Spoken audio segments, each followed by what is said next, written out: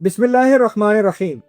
نبی کریم صلی اللہ علیہ وآلہ وسلم نے اپنی جوانی میں جس عہد کو سب سے زیادہ پسند فرمایا وہ حلف الفضول تھا۔ آپ صلی اللہ علیہ وآلہ وسلم فرماتے ہیں کہ میں اس معاہدے میں موجود تھا جو عبداللہ بن جدعان کے مکان میں طے پایا تھا۔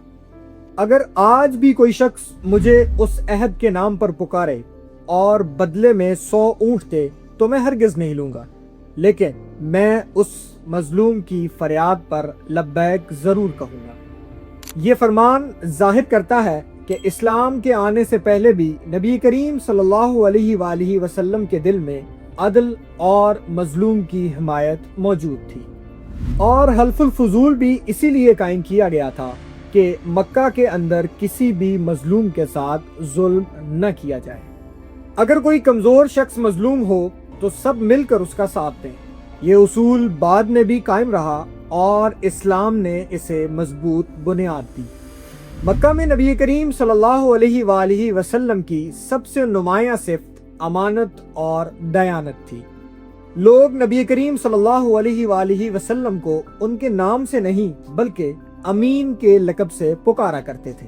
یہ لقب اعلان نہیں بلکہ کردار اور عمل سے ملا تھا۔ اس وقت مکہ میں قحط سالی کا دور تھا، لوگ مشکلات میں تھے، خاص طور پر ابو طالب نے کہا، اے بھتیجے، میں ایک غریب آدمی ہوں اور حالات سخت ہیں۔ شام کی جانب ایک قافلہ روانہ ہو رہا ہے جس میں خدیجہ بنت خویلد اپنا مال بھیجتی ہیں۔ جو بھی شخص خدیجہ بنت خویلد کا مال لے کر شام کی طرف جائے گا اسے اجرت ملے گی۔ ابو طالب کہنے لگے کہ بھتیجے، تم خدیجہ کے پاس جاؤ، مجھے یقین ہے کہ وہ اپنا کی مال تمہیں ضرور دے دیں گی۔ آپ صلی اللہ علیہ وآلہ وسلم نے بڑے اطمینان سے کہا، چچا جان، ہو سکتا ہے کہ وہ خاتون مجھے خود بلا لے، اور ہوا بھی ایسا ہی۔ یقین حقیقت پر مبنی تھا، کیونکہ سیدہ خدیجہ کو بھی ایک ایسے شخص کی تلاش تھی جو امانت اور دیانت کے ساتھ ان کا مال شام لے جاتا۔ پورے مکہ میں اس معیار پر محمد سے بڑھ کر کوئی نہ تھا صلی اللہ علیہ وآلہ وسلم۔ ابو طالب نے فکر مند ہوتے ہوئے کہا، بھتیجے، مجھے ڈر ہے اگر تم خدیجہ کے پاس نہ گئے تو خدیجہ کسی اور شخص کو مال دے کر شام نہ بھیج دے۔ چند دن بعد ایسا ہی ہوا جیسا آپ صلی اللہ علیہ وآلہ وسلم نے فرمایا تھا۔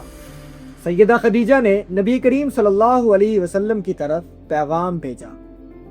سیدہ خدیجہ نے رسول اللہ صلی اللہ علیہ وسلم سے کہا، میں نے آپ کے حسن اخلاق، امانت داری اور سچائی کے بارے میں سن رکھا ہے۔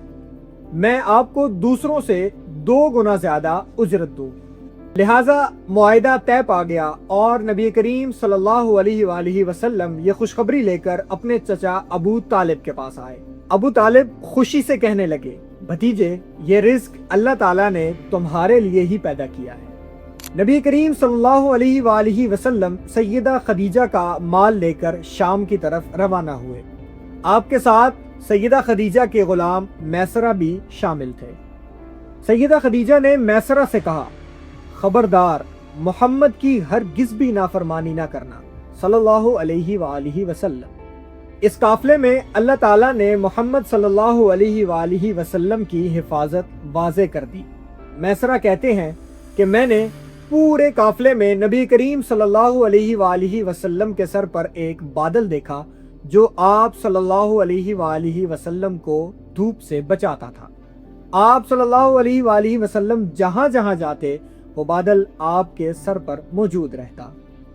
جب یہ تجارتی قافلہ بصرہ پہنچا تو نبی کریم صلی اللہ علیہ وآلہ وسلم ایک درخت کے سائے میں بیٹھ گئے۔ یہ درخت نستورہ کی خانقاہ کے بالکل سامنے تھا۔ نستورہ نے میسرہ سے پوچھا، یہ شخص کون ہے؟ میسرہ نے بتایا، قریش کا ایک شخص اہل حرم میں سے ہے۔ نستورہ نے میسرہ سے کہا، اس درخت کے نیچے نبی کے سوا آج تک کوئی نہیں بیٹھا۔ اللہ تعالیٰ نے اس درخت کی ایک خاص مقصد کے لیے حفاظت فرمائی ہے۔ نستورہ نے پوچھا، کیا ان کی آنکھوں میں سرخی ہے؟ تو میسرہ نے کہا، بالکل ہے، اور یہ مستقل رہتی ہے۔ نستورہ نے کہا یہ وہی ہے۔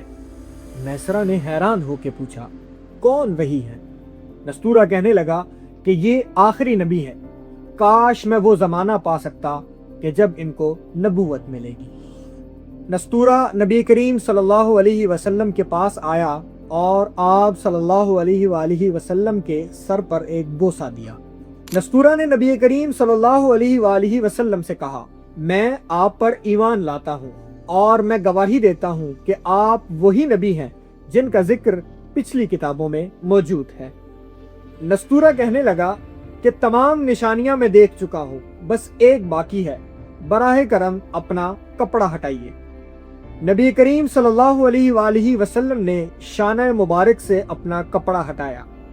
نستورہ نے مہر نبوت کو دیکھا، جھکا اور ایک بوسہ دیا اور کہنے لگا اللہ کے سوا کوئی عبادت کے لائق نہیں اور محمد صلی اللہ علیہ وآلہ وسلم اللہ کے رسول ہیں۔